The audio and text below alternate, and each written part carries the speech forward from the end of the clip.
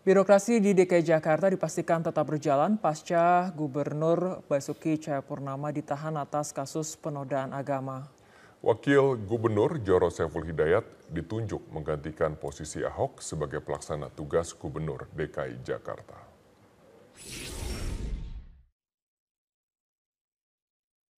Penahanan Basuki Cahayapurnama atas vonis kasus penodaan agama meninggalkan sisa jabatan sebagai Gubernur DKI Jakarta selama 5 bulan atau hingga Oktober 2017.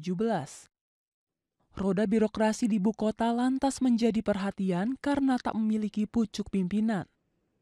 Pemerintah pun segera menyiapkan keputusan Presiden untuk mengisi kekosongan jabatan di DKI Jakarta. Kemudian Kemendagri supaya jalannya pemerintahan di DKI sampai pelantikan gubernur definitif hasil pilkada serentak, Kemendagri akan menugaskan wakil gubernur DKI sebagai pelaksana tugas gubernur DKI Jakarta sampai Oktober, supaya jangan ada kekosongan pemerintahan. Mengambil keputusan, harus ada apa-apa, kan harus ada yang mimpin. Jarod Saiful Hidayat yang dipercaya melanjutkan kepemimpinan di DKI Jakarta berjanji tetap akan mengoptimalkan roda pemerintahan seperti biasanya. Namun Jarod tetap berharap penahanan Ahok ditangguhkan agar menjamin kelancaran roda birokrasi. Jarod pun menjaminkan dirinya untuk kebebasan Ahok. Tadi saya sampaikan bahwa kita tetap fokus untuk bisa memberikan pelayanan yang terbaik bagi warga Jakarta sampai dengan Oktober 2017. Kita juga memohon supaya kalau penangguhan penahanan ini bisa diterima, ya kita akan tetap ya jangan kemudian pelayanan yang ada di Jakarta menjadi terganggu. Ahok divonis 2 tahun penjara karena dianggap terbukti melakukan penodaan agama sesuai pasal 156A KUHP. Vonis didasari pidato Ahok di Kepulauan Seribu September tahun lalu yang menyitir surat Al-Maidah ayat 51. Tim Liputan Metro TV. Seperti apa keluarga dari Basuki Cahayapurnama menanggapi vonis penjara yang telah dijatuhkan kepada Ahok? Dan sudah hadir bersama dengan kami di studio Prime Time News, Andi Analta Amir, kakak angkat dari Ahok. Selamat malam, Pung Andi. Selamat malam. Terima kasih telah hadir bersama dengan kami. Dari komunikasi terakhir dengan pihak keluarga, sebenarnya sekarang bagaimana kondisi psikologis dari Ahok di dalam penjara? Ya, Ahok selalu stabil ya, karena dari awal-awal dia ambil keputusan untuk mau masuk di dalam dunia politik pilkada gitu ya, itu beliau committed bahwa apapun hasilnya kalau memang itu pahit ya dia harus terima. Dan Ahok selalu stabil di dalam hal mungkin penampilan karena memang bekal dia dalam ikut pilkada itu selalu kalau tidak nothing tulus dia nggak akan ikut. Artinya untuk Ahok sendiri apapun kondisinya ini selalu tegar, selalu stabil. Tapi dari pihak keluarga apakah memang setegar itu, sestabil itu melihat kemudian perjalanan panjang Ahok dalam menghadapi kasus hukum ini? Kalau sendiri mungkin tidak stabil, tetapi kalau lihat Ahok jadi stabil. Jadi saya juga kalau ngelihat Ahok jadi ikut stabil gitu loh. Karena kasarnya dia sendiri yang merasakan kok dia seperti itu.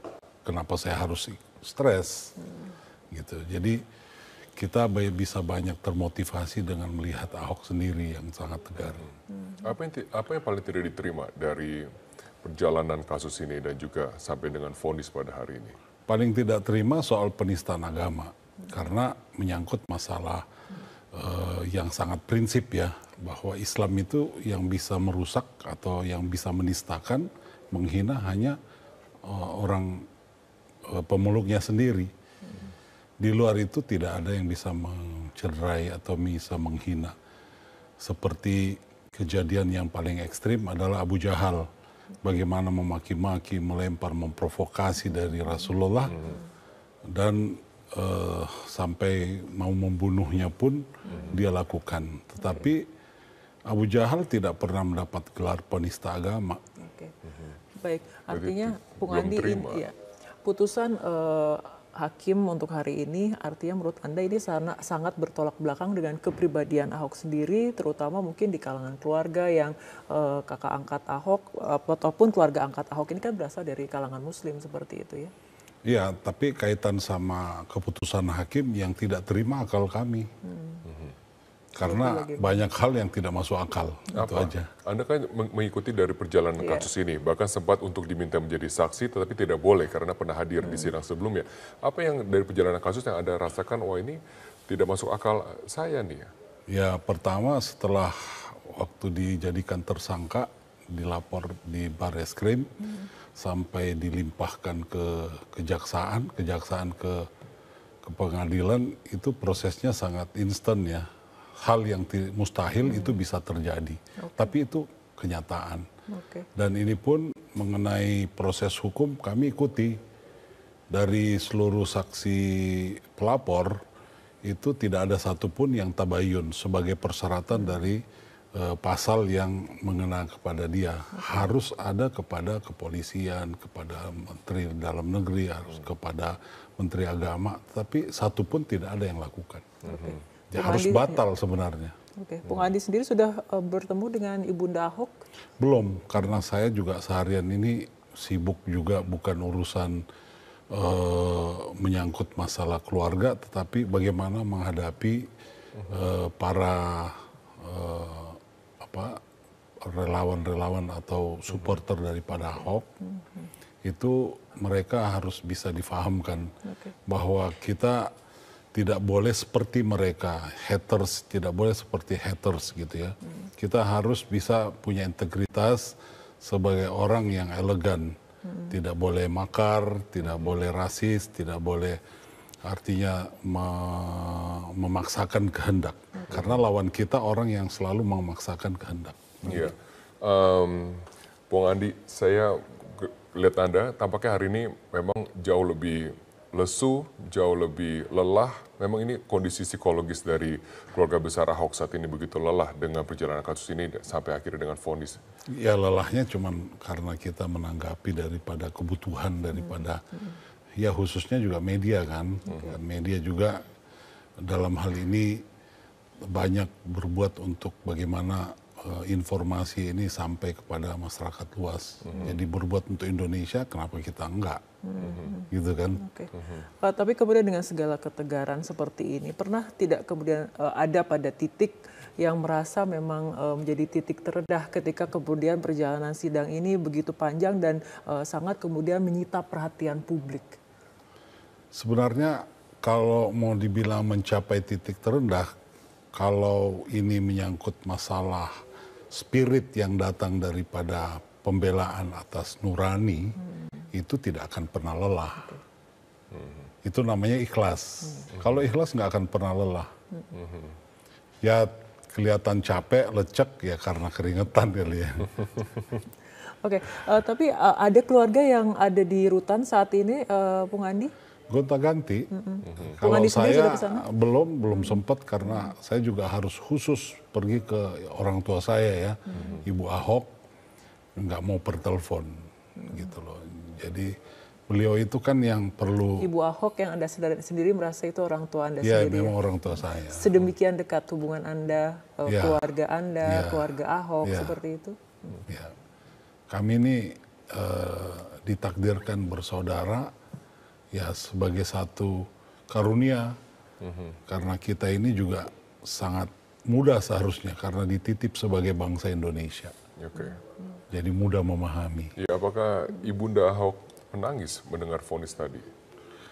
Ya mungkin tangisan itu cuman apresiasi daripada kekecewaan terhadap keputusan aja, mungkin dia ada di situ. Tapi menangis tadi mendengar putusan ini. Ya tentu namanya orang tua kecewa, tangisan itu ya keharuan lah.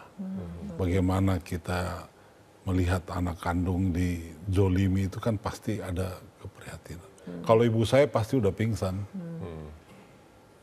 Karena udah pingsan, udah anfal gitu. Berarti cukup tegar untuk menghadapi ini. Iya. Kalau Ibu Ahok cukup tegar, itu beliau orangnya sangat punya jiwa juang lah. Iya. Anda juga cukup haru untuk melihat bagaimana ketegaran dari Ibunda Ahok. Apa pesan yang disampaikan pada saat sudah mendengar vonis bahwa Ahok kemudian tidak hanya bersalah, tapi juga Ahok langsung dipenjara? Kalau itu kan buat kita secara keseluruhan, termasuk kepada para pendukung Ahok, itu semua mengalami rasa bagaimana wujudnya petir di siang bolong. Kaget, mengagetkan. Dan kami harus berhadapan dengan logika kami dan nurani. Ini yang mungkin agak perlu distabilkan. Nah, masing-masing pihak punya cara yang sendiri-sendiri. Gitu. Oke, cara sendiri-sendiri dari keluarga Ahok sendiri, tim kuasa hukum, ini mengenai upaya hukum lanjutannya, Bung Andi. Ini kan akan ada banding dan kemudian paling dekat sekarang mungkin ada permohonan penangguhan penahanan ya seperti itu. Ya tentu. Iya, ini bagaimana bisa Anda ceritakan upaya-upaya yang akan dilakukan? Kalau proses banding itu kan mutlak ya dilakukan, dan juga Ahok juga sudah menyatakan kami banding. Dan untuk penangguhan penahanan tentu ini hal yang sangat prioritas, dan kami semua bersedia untuk menjadi penjamin gitu. Oke, itu masih tetap berjalan. Bung Andi, kalau kita lihat sekarang ini pendukung Ahok itu masih berada di rutan Cipinang untuk kemudian mereka menuntut untuk bertemu atau kemudian penangguhan penahanan dikabulkan sesegera mungkin. Tapi kan ada proses dan juga waktunya. Pendukung Ahok dikenal sebagai pendukung yang simpatik, yang kreatif. Bagaimana cara Anda dapat untuk mengakomodir dari emosi-emosi yang sedang dirasakan pendukung Ahok agar suasana dapat menjadi kondusif? Ya, semua harus bisa dilakukan dengan mendatangi. Saya sendiri belum sempat mendatangi, tapi saya yakin dan merasakan bahwa mereka ini umumnya elegan. Walaupun banyak datang dari masyarakat yang bawah ya. Kenapa mereka bisa elegan dari kalangan bawah? Karena mereka ini sangat terpelihara nurani mereka. Oke, baik. Bung Andi, ini kan tadi dikatakan belum sempat kemudian menjenguk Ahok ke rutan.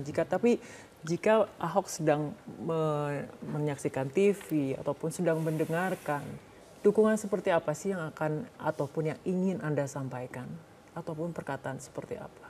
Ya, saya cuma ingatkan bahwa Ahok beberapa waktu mengatakan bahwa kalaupun saya dipenjara, cuman badan saya yang dipenjara. Tapi mereka tidak bisa memenjara saya punya perjuangan. Saya punya cita-cita, saya punya pikiran, saya punya kreativitas.